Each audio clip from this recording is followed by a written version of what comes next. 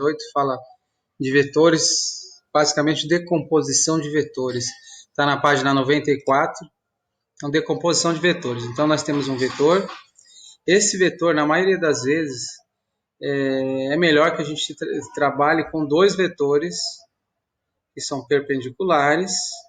E nesse caso, esses dois vetores, cuja soma resulta nesse vetor originário, são chamados de componentes vetoriais. Então tem um Vx, que é a componente do vetor v na direção x, e o Vy, que é a componente do vetor v na direção y.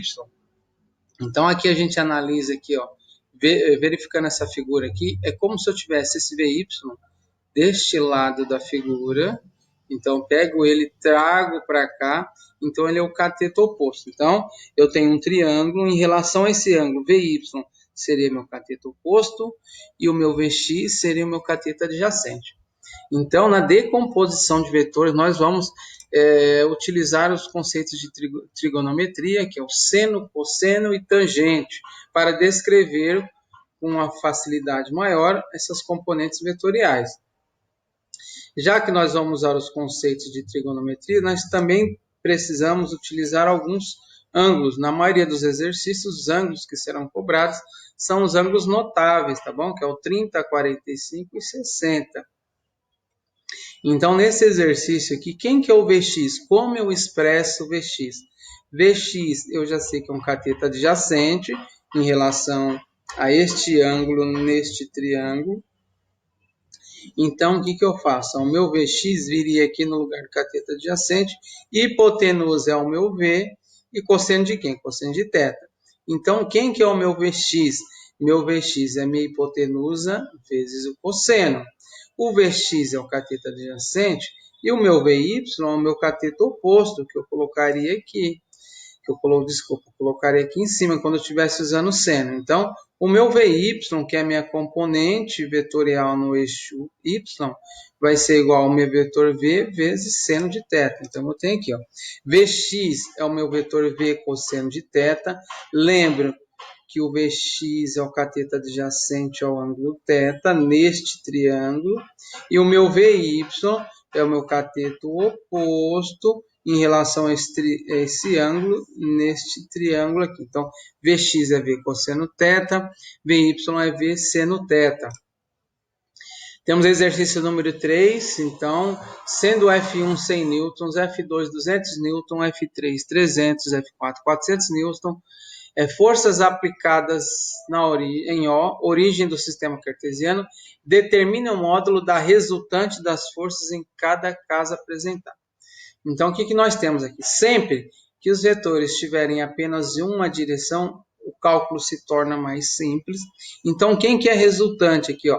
Nós temos dois vetores que apontam para cima. Então, esses dois vetores, de acordo com a convenção adotada, que eles serão positivos, o F2 e o F3. O F1 e o F4 são dois vetores que apontam para baixo, seriam negativos. Então, nós só vamos fazer a soma algébrica aqui, ó. Então, quem que é o meu vetor resultante? F2 mais F3, vetores que apontam para cima, menos F1 que aponta para baixo, menos F4 que aponta para baixo. Substituindo os valores, então ficou 200 mais 300, menos 100, menos 400, que dá uma resultante nula. Então, esses quatro vetores, eles não têm como resultante zero. Então, quando eu junto, eu verifico a ação, o efeito de todas as forças em conjunto, o efeito é zero, é como se ela não existisse, as quatro. Exercício número 3, item D.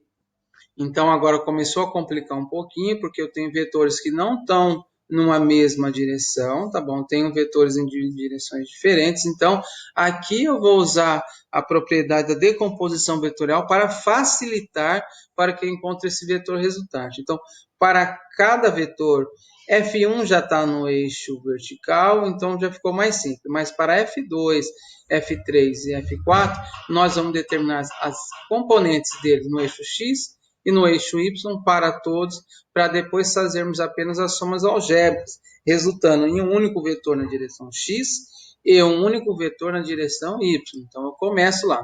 Então, meu F2 vai sair de C no meu F2, vai aparecer um F2x e um F2y. Vai sair de C no meu F3, vai aparecer F3y e F3x. Mesma coisa com o F4. Então, vamos lá descrever quem que é o meu F2x.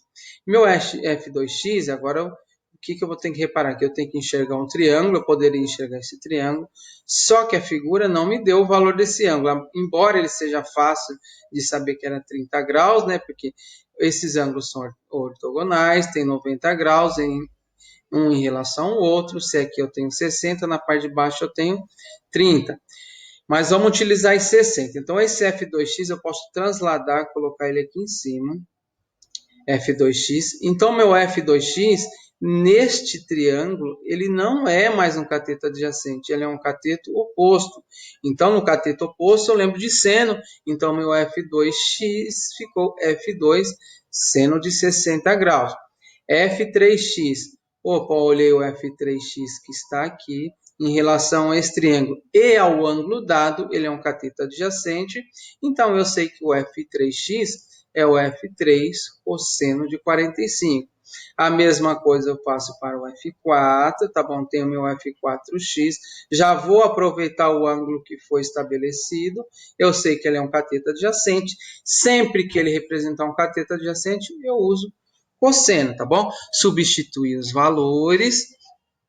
Resolver aqui 200 dividido por 2, 100, 300 dividido por 2, 150, 400 dividido por 2, 200. O que esses três números têm em comum? 100, quem que é 100? É 2 vezes 50. 150 é 3 vezes 50. E 200 é 4 vezes 50. Eu vou utilizar essa estratégia na aula. Futuramente, quando eu for fazer a operação com esses números, eu vou colocar em evidência esses 50, que nós vamos ver lá para frente. Então, o que eu tenho? O que eu fiz para o y, eu vou fazer a mesma coisa para o y. Para o x, eu vou fazer para o y agora. Então, F2y, quem que é F2y? Esse cara, em relação a esse triângulo, ele é um cateto adjacente, por isso eu uso cosseno. F3x, olha o F3x está aqui, desculpa, F3y, estamos falando de y, F3y está aqui, então eu posso pegar esse F3y e transladar, e levar ele aqui para frente. Então, meu F3 é um cateto oposto eu uso seno, então F3y, F3, seno de 45 graus. F4y, então peguei meu F4 aqui, meu F4y está deste lado, no entanto eu posso transladar ele aqui para frente, então meu F4y é um lado que é oposto a esse ângulo de 60 graus. Sempre que eu tenho um lado oposto, eu uso seno, então F4y é o meu F4 seno de 60. Substitui os valores, faço a divisão aqui possível, lembrando que aqui eu posso colocar um 50 em evidência.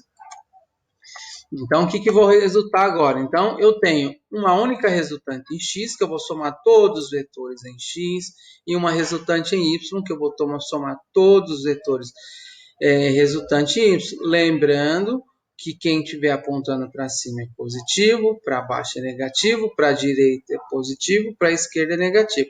Então, fiquei menos F4x, menos F3x, mais F2x. E no y, F3y mais F2y menos F4y. E o F1, que já estava na direção vertical, eu não precisei decompor nada. Então, fazendo a substituição de valores, aqui esse 50, lembra, pessoal, que eu coloquei em evidência. Aqui nesse cara tinha um 50, aqui um 50, aqui também outro 50. Coloco ele em evidência e coloco entre parênteses o que sobrou. Tanto para o x, tanto para o y.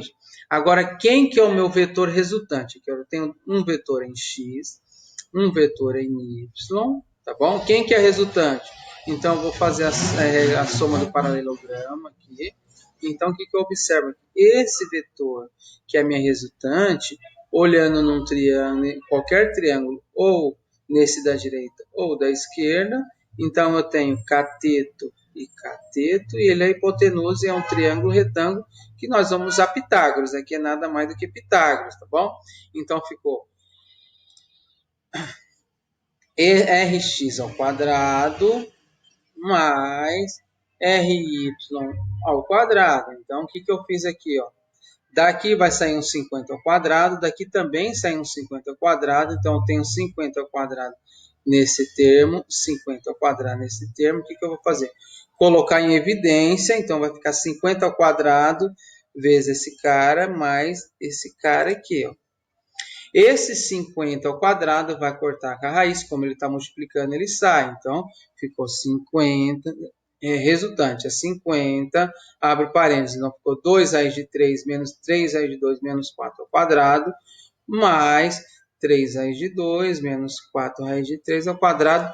E a gente para por aqui, porque o nosso objetivo não é o desenvolvimento algébrico, mas sim trabalhar com a decomposição dos vetores nos eixos x e y.